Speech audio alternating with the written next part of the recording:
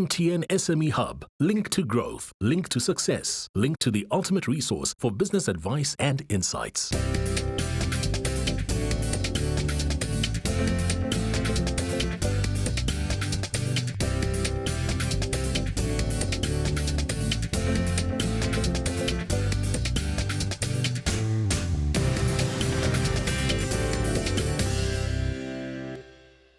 Welcome to the Big Small Business Show, the show for all our entrepreneurs around there, around here, around everywhere. Entrepreneurs trying to make a life, a living, a legacy. This is the show for you. And today we've got a very interesting business in studio with us today. We've got James Magagula. He's the founder and CEO of Wotatrix. Let's take a look. My name is James. I'm the CEO of Wotatrix Services. We do health care risk waste service. We collect all hazardous waste.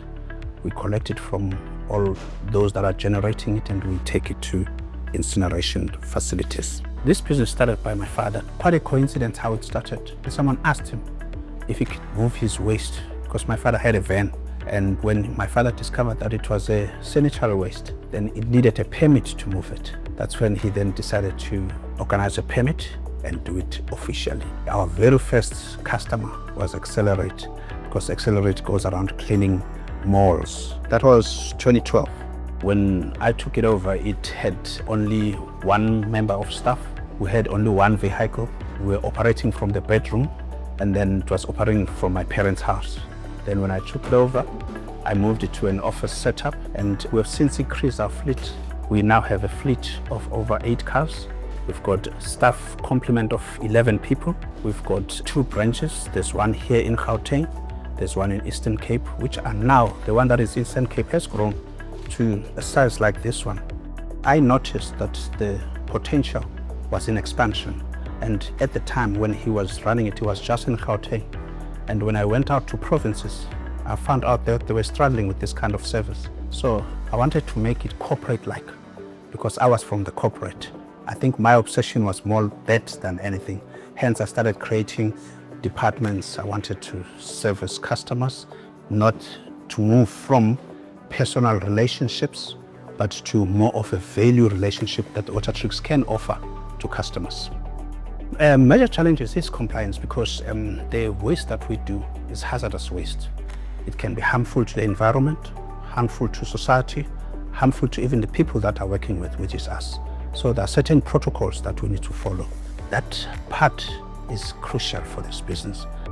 There's one job that we did. They just caught some guys that were manufacturing drugs in a beautiful, the house outside, it's a beautiful house. But the cops then found out that obviously through intelligence that it was actually a drug lab. So obviously they caught those guys.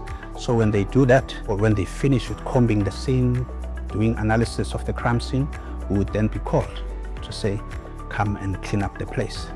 Now, even when you clean up the place, there's always a police escort, because the guys can come, or we could be having connections to people that you can sell the drugs to.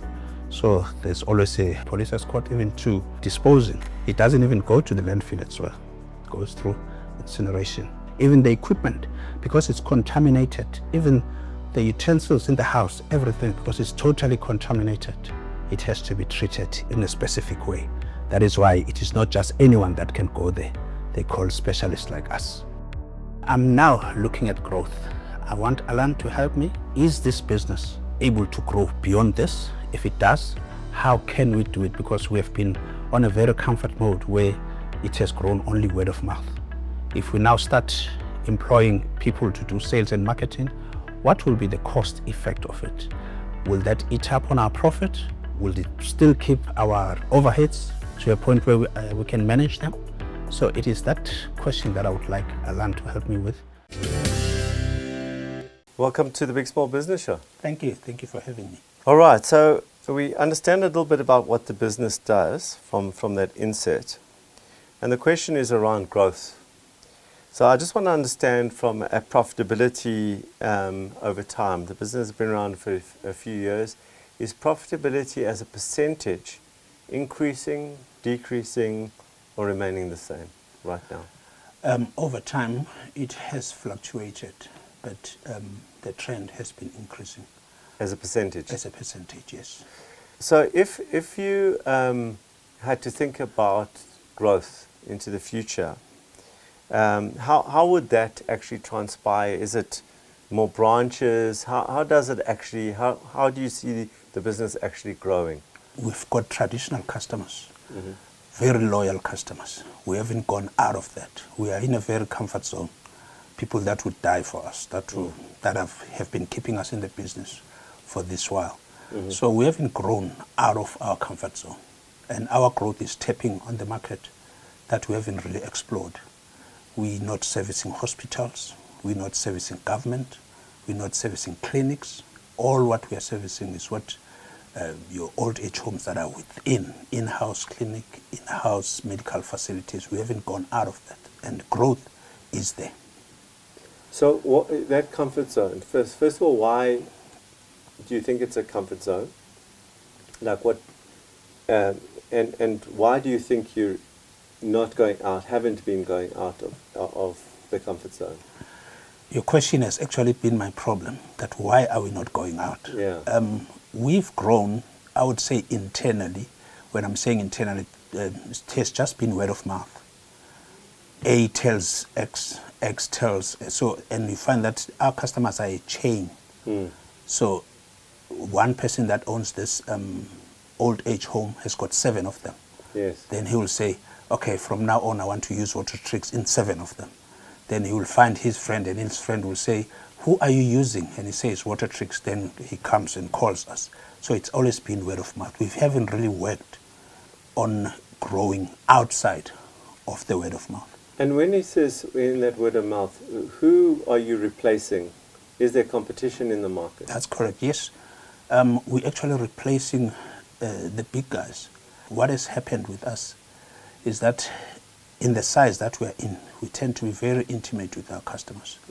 There's a personal touch in everything that we do.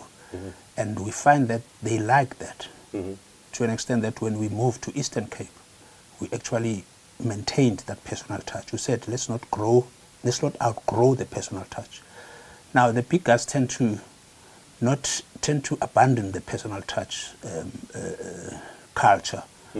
For example, we send disposal certificates immediately. They send disposal certificates after a month or so, which customers don't like. So there's a personal touch that we bring in, which they like a lot. Okay, James, we're going to take a break now. When we come back, I'm going to have more questions for James. Stay tuned.